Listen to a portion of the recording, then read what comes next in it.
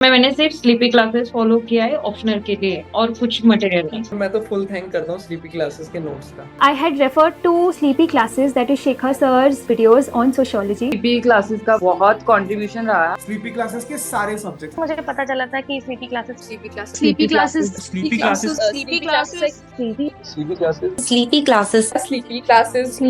मेरा स्लीपी के साथ इंटरेक्शन हुआ। Sleepy classes I completely relied on your channel. सिर्फ स्लीपी की वीडियोस ही देखी है। Sleepy classes sleepy classes is one of those मतलब इंस्टीट्यूशन जहाँ पे सभी टीचर अच्छे हैं।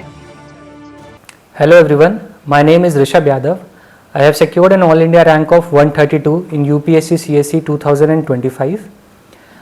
In mains examination, I have secured a total marks of 823. To give you a breakdown of my marks, I have secured 131 in essay, 103 in GS1, 121 in GS2, 83 marks in GS3 and 123 marks in GS4. Since I was able to qualify all the three stages in my second attempt. This was my second attempt only. So I know what are the problems faced by the candidates who are freshers and giving mains for the first time. So this session is designed to discuss these problems and tell how you can overcome these issues.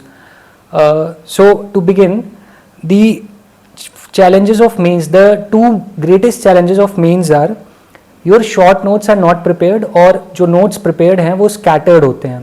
इसके बाद mains के दूसरे भी challenges हैं like कि 3 घंटे बैठ के लिखना, आपको टोटल पेपर 27 घंटे में देने हैं सारे. तो these are other challenges, but अगर शॉर्ट नोट्स नहीं प्रिपेयर्ड है then it creates a lot of problem. So how to overcome these challenges, I will begin with first with my strategy. My strategy was in mains to focus on 3 areas. पहला essay, second GS4 and third my optional. See essay और GS4 में marks काफ़ी ज़्यादा मिल सकते हैं और marks improve होने के चांसेस भी ज़्यादा हैं. सो ये एरियाज अगर आपके स्ट्रॉन्ग है you can get more and more marks here. And optional में total of 500 marks are there on table, so you have to work hard on your optional also. This was my strategy for mains. Now since I also did not have prepared my short notes, so what I did was, if your optional is non-technical and it aligns with GS, so you are required to use the advantage of that. For example, मेरा law optional था जो कि जिसने मेरे essay में GS2 में और specifically GS4 में काफ़ी हेल्प की थी. For example, fundamental duties हो गए, DPSPs हो गए, fundamental राइट्स हो गए, इसको आप काफ़ी जगह पे लिख सकते हो और ये काफ़ी ज़्यादा रिप्रोड्यूसिबल कंटेंट बन जाता है. इसके अलावा आप रिप्रोड्यूसिबल कंटेंट जो है उस पर ज़्यादा फोकस करिए, ऐसा कंटेंट जिसको कि आप काफ़ी जगहों में यूज़ कर सकते हैं. फॉर एग्जांपल प्रियम्बल है इंडियन कॉन्स्टिट्यूशन का, प्रियम्बल है UN चार्टर का, फंडामेंटल ड्यूटीज़ फंडामेंटल राइट्स तो हैं ही, साथ ही साथ कुछ कन्वेंशंस हैं जैसे CEDAW हो गए, international covenants on civil and political rights, international covenant on economic social and cultural rights. इसमें क्या है कि आपको कम याद करना है but you can use it at multiple places. और SDGs भी हो गए. तो this is something which can create a lot of difference. The third thing that I did was कि मैंने प्रीलिम्स के बाद सिर्फ और सिर्फ फुल लेंथ मॉक्स दिए, हाफ लेंथ मॉक्स नहीं दिए. और जो मॉक्स के सॉल्यूशन होते थे मैं उसी में नोट्स बना लेता था, उसको हाईलाइट करके और स्टिकी नोट्स बना के. सो एक फुल कंटेंट मेरा प्रिपेयर हो जाता था कि अगर मेरे कुछ नोट्स में नहीं है तो वो मैं मॉक के सॉल्यूशन से देख लेता था. The fourth thing that you have to do is, आप लगभग जब 8-10 फुल लेंथ मॉक्स दे दोगे इन टोटल तो आपका एक टेम्पलेट रेडी हो जाएगा कि अगर मेरा पॉलिटी का क्वेश्चन आ रहा है तो उसमें मेरा इंट्रोडक्शन मैं या तो आर्टिकल लिख के करूँगा या तो पार्ट ऑफ कॉन्स्टिट्यूशन लिख के करूँगा या कोई कॉन्स्टिट्यूएंट असेंबली डिबेट लिख के करूँगा. तो इस तरह का आप टेम्पलेट बना लीजिए.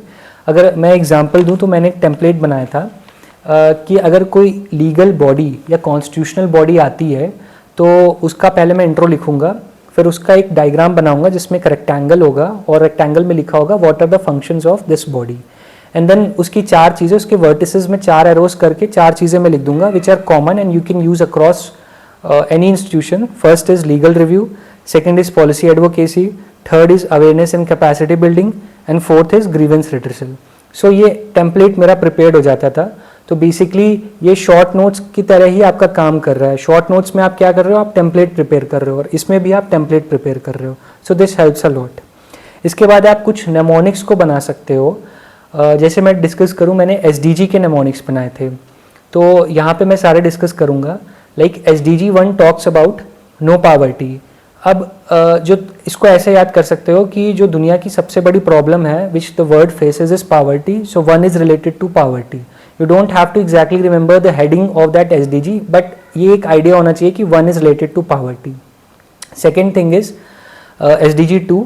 अब SDG 2 याद करने का तरीका है कि मिनिमम खाने के लिए कौन सी 2 चीज़ों की ज़रूरत होती है, दाल चावल। So 2 relates to food. So this is what SDG 2 हमारा हो गया। SDG 3 which relates to health. अब इंडिया में जो हेल्थ का स्ट्रक्चर है that is a 3 tier structure, primary, secondary, tertiary. अब 3 tier स्ट्रक्चर से हेल्थ हो गया, so SDG 3 relates to health. Now coming to SDG 4। SDG 4 को ऐसे याद कर सकते हो, it is related to education. अब जो एजुकेशन की 4 स्टेजेस होती हैं हमारे इंडिया में, हम ऐसे देखें 10वीं करते हैं, 12वीं करते हैं, कॉलेज जाते हैं, फिर नौकरी पाते हैं। So 4th relates to education. SDG 5 relates to gender. इसको याद करने का तरीका है, यू कैन रिमेंबर LGBTQ। अब LGBTQ आर 5 टर्म्स, तो हम ये दिमाग लगा लेंगे कि 5 रिलेट्स टू जेंडर। इसी तरह जो SDG 6 है, SDG 6 को अगर आप देखो, 6 का सिंबल रिलेट्स टू वाटर, तो 6 को हम बना लेंगे कि it relates to water. SDG 7, इंद्रधनुष में कितने कलर्स होते हैं, 7 रंग होते हैं, और जितना भी इंद्रधनुष बनता है वो बेसिकली सन के वजह से बनता है, सन की एनर्जी के वजह से।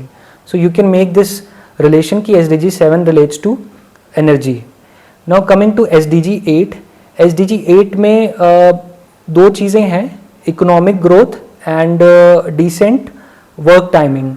तो उसको ऐसे देख सकते हो कि 8 को अगर आप हॉरिजॉन्टल कर दो तो वो इन्फिनिटी का सिंबल बनता है, तो infinity relates to economic growth. कोई भी कंट्री चाहेगी कि हमारा जो इकोनॉमिक ग्रोथ है दैट इज इनफाइनाइट। और 8 hours is the good time, मतलब 8 आवर्स का वर्क टाइम बोलते हैं एक बैलेंस टाइम है, तो वहाँ से ही आ जाएगा decent work and economic growth. SDG 9 को देखो तो इनोवेशन एंड इंफ्रास्ट्रक्चर है, तो I के बाद आप 9 लगा दो, इनोवेशन, तो 9 रिलेट्स टू इनोवेशन। SDG 10 को देखो तो 1 इज नॉट इक्वल टू 0, तो दैट बिकम्स इनइक्वालिटी, तो SDG 10 is related to inequality. SDG 11 को देखो, अब 11 में जो 2 1 है, 1 के बीच में आप एक लाइन ऐसे बीच में हॉरिजॉन्टल जोड़ दो तो it becomes H, that looks like a building, तो SDG 11 relates to cities. SDG 12 की बात करें तो SDG 12 इज जो 12 होता है वो बेकर डजन का नंबर होता है, एंड आप जब भी बेकरी में जाओगे तो वहाँ पे बोला जाता है आप रिस्पॉन्सिबली बेकरी आइटम्स को कंज्यूम करो because they have a lot of carbohydrates. तो you can make this relation कि SDG 12 is related to responsible production and consumption. अब कमिंग टू SDG 13। SDG 13 देखें, 13 is not a very lucky number, अगर आपने सुना हो कहीं पे, तो 13 relates to doomsday and 13 is climate change, तो क्लाइमेट एक्शन इज 13। 14 की बात करें तो 14 में पहले F आता है, F से फिश होता है, तो लाइफ अंडर वाटर। अब लाइफ अंडर वाटर हो गया तो उसके बाद जो 15 आ जाएगा that is life over the land, तो 14 15 ऐसे आ गया। लास्ट के 2 16 और 17 को आप ऐसे याद कर सकते हो कि एक जो है हमारा वो पार्टनरशिप के लिए है, एक हमारा पीस इंक्लूसिव इंस्टीट्यूशंस के लिए है, तो इसको आप ऐसे रट लो कि 16 relates to partnership and 17 relates to peace and inclusive institutions. तो ये हमारे SDG याद हो गए, और ये एक नेमोनिक्स और ट्रिक्स हैं याद करने की। नाउ कमिंग टू इसके बाद वाली स्ट्रेटजीज। आप PYQ को एनालाइज करो, क्योंकि कुछ जो थीम्स होती हैं PYQs की दैट कीप ऑन रिपीटिंग, और उसके कुछ कंटेंट बना लो, लाइक 1 पेजर का कंटेंट अगर बन गया। एग्जाम्पल मैं दूं तो GS1 में टेम्पल आर्किटेक्चर एक काफ़ी रिपीटेड थीम है, एंड विमेन जो है theme that is repeated quite across GS1 and GS2। अब इसमें आप कुछ 1 पेजर नोट्स कैसे बना सकते हो, जैसे टेम्पल आर्किटेक्चर है, उसमें what are the stages of temple architecture, कि फर्स्ट स्टेज में हमारा एक रॉ स्ट्रक्चर होता था, ओपन स्ट्रक्चर, तो उसके क्या एग्जाम्पल हैं। सेकेंड स्टेज में हमारा एक क्रूड फॉर्म ऑफ टेम्पल बना था, छोटा सा होता था, उसमें बेसिकली क्या क्या चीज़ें होती थी, अंदर नहीं होती थी, यू कैन गिव एग्जाम्पल ये। देन विमेन से रिलेटेड आपके कुछ कीवर्ड्स हो गए, अगर सोसाइटी की बात करें, social capital that is important for women, कुछ एग्जांपल्स हो गए, कुछ केस स्टडीज़ हो गए लाइक लिज्जत पापड़ की। तो ये से ऐसे कुछ 1 पेजर नोट्स बना लो on these repeated themes and they will help a lot across all the papers of GS and essay also. Now इसके बाद कुछ जो बेसिक डेफिनेशंस होती हैं वो डेफिनेशंस मेरी प्रिपेयर्ड होनी चाहिए. फॉर एग्जांपल स्ट्रक्चरल अनएम्प्लॉयमेंट काफ़ी सिंपल सा वर्ड है, सबको समझ में आता है, बट इसको 1-2 लाइन में लिखना इज़ वेरी डिफ़िकल्ट, वो मेंस के टेंस्ड इन्वायरमेंट में. तो क्या करेंगे हम लोग, इसका 2 लाइन का सिंपल सा डेफिनेशन बना लेंगे. And this guys helps a lot in saving time. 1-2 minutes जो क्रूशियल टाइम होते हैं मेंस में बचाता है. एंड स्पेशली अगर एथिक्स की बात करें तो एथिक्स का जो पूरा सिलेबस है उसमें जो कीवर्ड्स दिए गए हैं उन कीवर्ड्स की 1 या 2 लाइन की डेफिनेशन और एग्जाम्पल प्रिपेयर्ड होना चाहिए. This helps a lot in the mains examination. Now इसके बाद आपको एग्जाम्पल्स और स्कीम्स भी प्रिपेयर्ड होनी चाहिए, विमेंस से रिलेटेड, वल्नरेबल सेक्शन से रिलेटेड, मार्जिनलाइज सेक्शन से रिलेटेड, फार्मर्स से related. This help across all the papers of mains. Now mains काफ़ी ज़्यादा करंट अफेयर बेस्ड है, तो मेंस में आप करंट अफेयर अच्छे से प्रिपेयर करो. It helps a lot. आप कहीं पे मैगजीन ले सकते हो या तो आप कहीं पे क्लासेस ज्वाइन कर सकते हो. मैंने क्लासेस ज्वाइन की थी साहिल सर एंड बसवा सर की, so those classes help me a lot. Now UPSC का अगर आप पैटर्न देखो तो यूपीएससी क्वेश्चंस को क्रॉस पॉलिनेट करता है. फॉर एग्जांपल GS1 में 2025 में एक 15 नंबर का जो क्वेश्चन है, it was on using AI and drones with GIS and RS technique in locational and aerial planning. अब ये बेसिक क्वेश्चन गवर्नेंस का है, बट आपने इसको GS1 में पूछा है सोसाइटी में, तो इसमें आप क्या करोगे, आप भी कंटेंट को क्रॉस पॉलिनेट करना चालू करो. ऑफ कोर्स अगर ये GS1 में पूछा है तो आप कीवर्ड्स यूज़ करोगे GS1 के, ताकि it looks like a society का आंसर एंड नॉट गवर्नेंस का answer. But don't shy away from cross pollinating the facts, especially if it comes to ethics. And ethics में भी case studies. In case studies the examples and the जो भी ranks वगैरह हैं, कोई अगर index आया है तो which you learn in GS2 and GS1, तो these you can always cross pollinate over the other areas. This helps a lot. You have to do reverse analysis of the mocks. आप जो भी mocks दे रहे हो उसमें होगा क्या कि कुछ questions ऐसे होंगे जो आपको नहीं आ रहे होंगे, but somehow you are attempting it in those 3 hours. So what you can do is कि मॉक लिखने के बाद आप उसका सॉल्यूशन दोगे मॉक का, और उसको देखोगे कि क्या क्या उसमें स्पेशल चीज़ दी गई है, और फिर उस आंसर को आप याद कर लोगे कि अगर वो क्वेश्चन रिपीट होता है तो वो क्वेश्चन तो मैं कम से कम लिख के आ जाऊँ. सो this is what I did. Reverse analysis is very important in means. इसके बाद आप बेसिक कॉमन सेंस और जो भी नॉलेज है आपने जो गैदर की है अपने ग्रेजुएशन में, अपने स्कूल टाइम पे, उसका भी यूज़ करके एक आंसर्स लिख सकते हो वहाँ पे.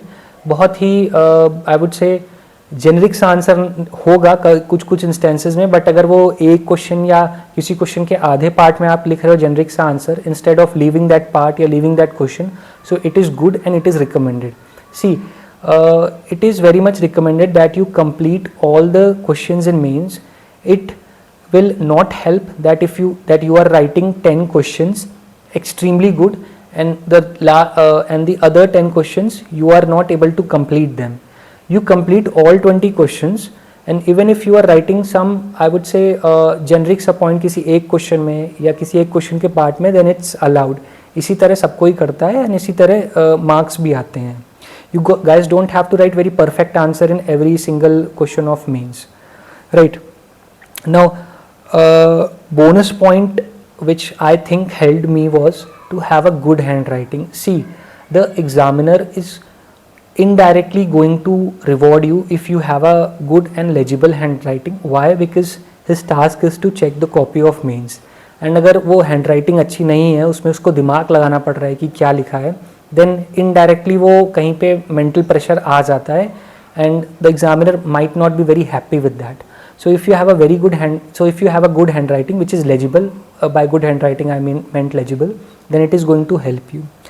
Second thing, कोई भी आंसर को, I have discussed it, कोई भी आंसर को छोड़ना नहीं है. आप भले जेनरिक सा लिख के आओ बट कुछ लिख के आओ, then you can be sure कि आपको PT के लिए, इंटरव्यू के लिए बुला लिया जाएगा. Also one things which I have come across is mains के आंसर में कितने पॉइंट्स लिखें ये बोला जाता है. This is a very I would say confusing सा प्रॉब्लम मेरे साथ भी थी. तो मेरी स्ट्रैटेजी ये थी कि अगर 10 मार्क्स का क्वेश्चन है तो मैं 7 या 8 पॉइंट लिखूंगा, बट आई मेड श्योर कि वो 7 या 8 पॉइंट में एग्जामिनर को नई चीज़ मिल रही हो. see, I have listened to a lot of people who say कि if it's a 10 marker question you have to write 10 points, and if it's a 15 marker question you have to write 15 points.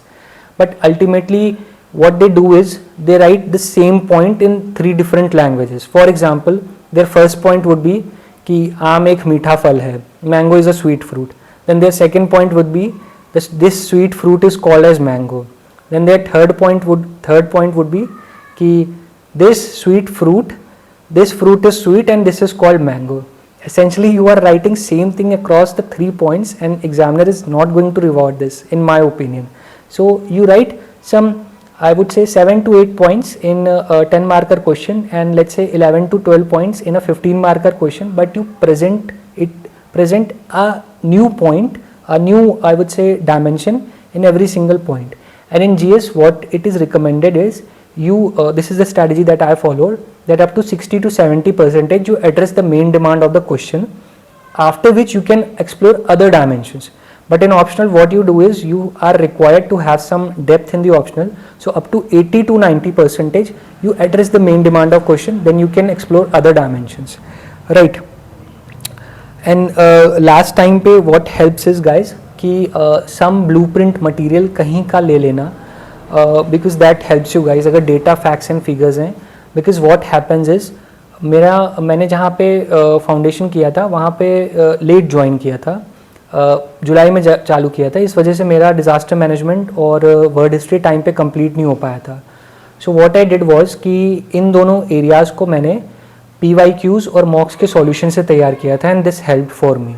So my point is if you are taking blue print of some data और something which is coming out, it will make sure कि कोई आपका एक vacuum सा नहीं point create हो रहा है, आपके पास फिलर मटेरियल है, भले वो जेनरिक सा हो, आप कहीं पे भी उसको लिख रहे हो. So this is very much required if you don't want to leave a question.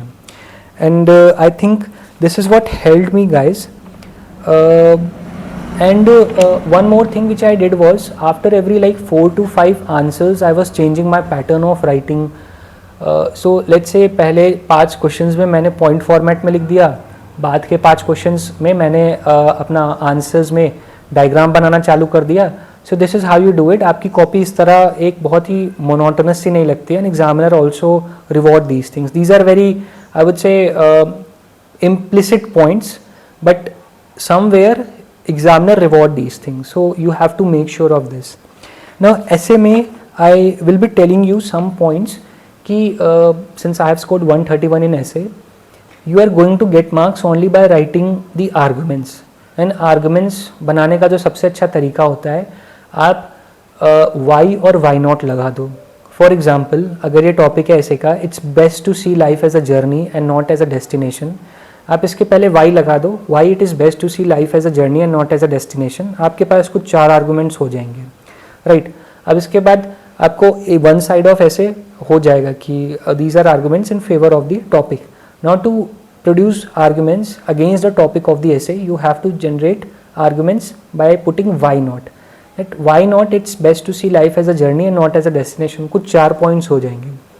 जब आपके आर्गूमेंट्स बन जाएंगे ऐसे, तब आप हर एक आर्गूमेंट्स का एक या दो एग्जाम्पल ढूंढो, एंड उस एग्जाम्पल को आप डिफरेंट फील्ड से लगा सकते हो. किसी को पॉलिटी से, किसी को इन्वायरमेंट से, किसी को कॉन्स्टिट्यूशन से, and this helps a lot. तो ऐसे में इसी तरह मार्क्स मिलते हैं. एंड जब आप ये कर लोगे तो आपका लगभग आई वुड से 60-70% काम हो जाएगा.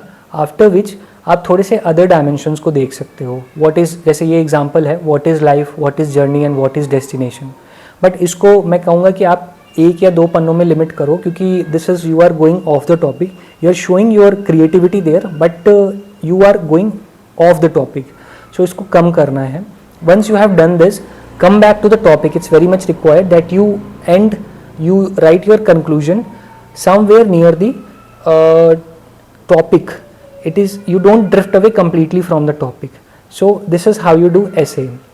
And as far as GS1 is concerned, GS1 में you guys have to make sure कि जिस भी रिसोर्स से पढ़ रहे हो उस रिसोर्स से ठीक से पढ़ो, and try to bring some innovation. For example, salient features of Harappan civilization एक क्वेश्चन था, 2025 मेंस में. So what I made sure कि उसमें डायग्राम भी बना दे रहा हूँ. आप सिटाडेल का और जो लोअर एरिया था जहाँ पे कॉमन पीपल रहते थे, आप वहाँ का डायग्राम बना दो, बड़ा सिंपल सा diagram. These small things helps a lot.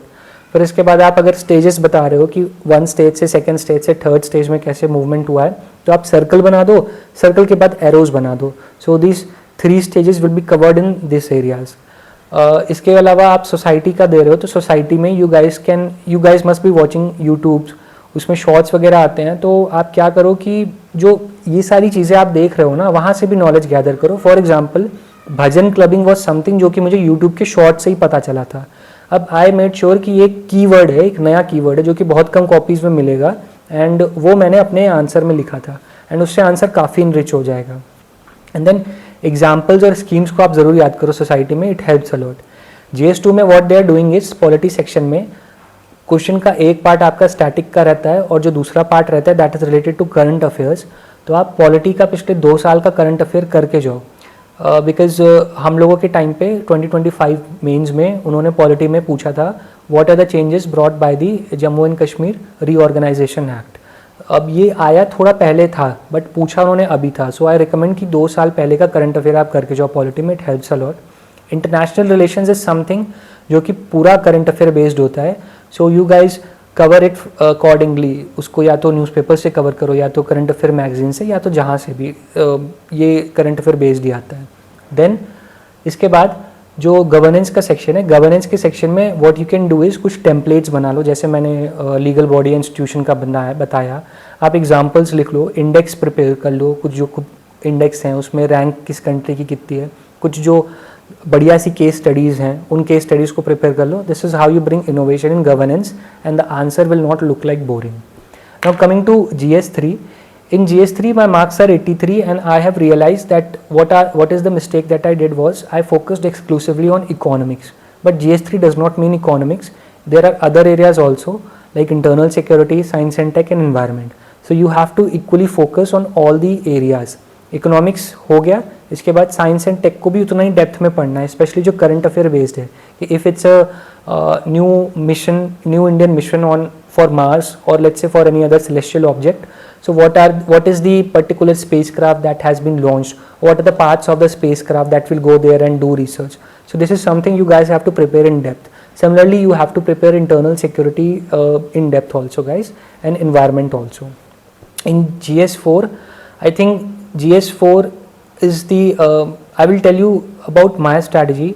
My strategy for essay and GS4 was somewhat alike, because what I believe is in essay and GS4 you guys can get a lot of areas to make some innovations, and if you have prepared a good template, a new template, then examiner is going to reward that. And उसमें क्या करता था मैं GS4 में basic जो definitions थे वो prepared थी, एग्जाम्पल्स वो प्रिपेयर्ड थे. उसके बाद आप जैसे कोट्स वाले स्टेटमेंट्स आ रहे हैं, क्वेश्चन आ रहे हैं, तो आप उसको कैसे करो, आप उसको पहले फेवर में आर्गूमेंट्स डालो और फिर उसके बाद अगर कोई अगेंस्ट में मिल सकता है तो अगेंस्ट में लिखो, या उस आर्गुमेंट का कोई अदर डायमेंशन मिल सकता है आप उसको लिखो. So but try to make sure कि आपके एथिकल कीवर्ड्स का लिस्ट उसमें इंक्लूडेड हो, अदरवाइज वो एथिक्स का आंसर नहीं लगेगा. इस तरह आपका सेक्शन ए हो जाएगा. And as I have said you have to cross pollinate your data. So जो डेटा कहीं और पे पड़ा है उसको आप GS4 में ऑफकोर्स यूज़ करो. केस स्टडीज़ में आप अभी तक की जितनी भी PYQs हैं आप उनको लगा लो, and you will get a rough idea कि केस स्टडीज़ में कैसे लिखना है. और केस स्टडीज़ में काफ़ी इंपॉर्टेंट चीज़ क्या होती है, आप ऐसा मत करो कि आप किसी केस स्टडी में बहुत ज़्यादा लिख दे रहे हो, किसी केस स्टडी में बहुत कम लिख दे रहे हो, ऐसे टाइम की कमी ना हो जाए.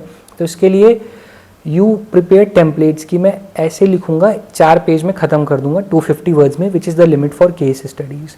तो वो दिखने में भी अच्छा लगता है. And I think this is what I have done in my mains examination. To tell you one thing, मेरे मेंस एग्जामिनेशन में just a week before I have taken a medicine. Basically I have self medicated myself, and उसको खाने के 5 minute बाद ही, ये 16 अगस्त की बात है, I had a very severe reaction. So guys I was not even sure कि मैं मेंस दूंगा कि नहीं दूंगा, because the reaction was very severe and I was like कि मेंस छोड़ना है, अब छोड़ देते हैं. बट समवॉट मैंने अपनी दीदी को फ़ोन किया, उन्होंने बोला कि मेंस अभी 1 हफ्ते में आने वाला है, and don't be silly, don't make this mistake. So I'm telling you guys, you don't have to be very perfect, you don't have to do like very complete preparation. ये feeling कभी नहीं आएगी. जितना भी करो पूरा अपना 100% effort दो and you go there. And believe me, this work wonders, and this is how people get good marks in mains. So I think this is it. Thank you so much. I thank you DKT, Delhi Knowledge platform, for being here. Thank you so much.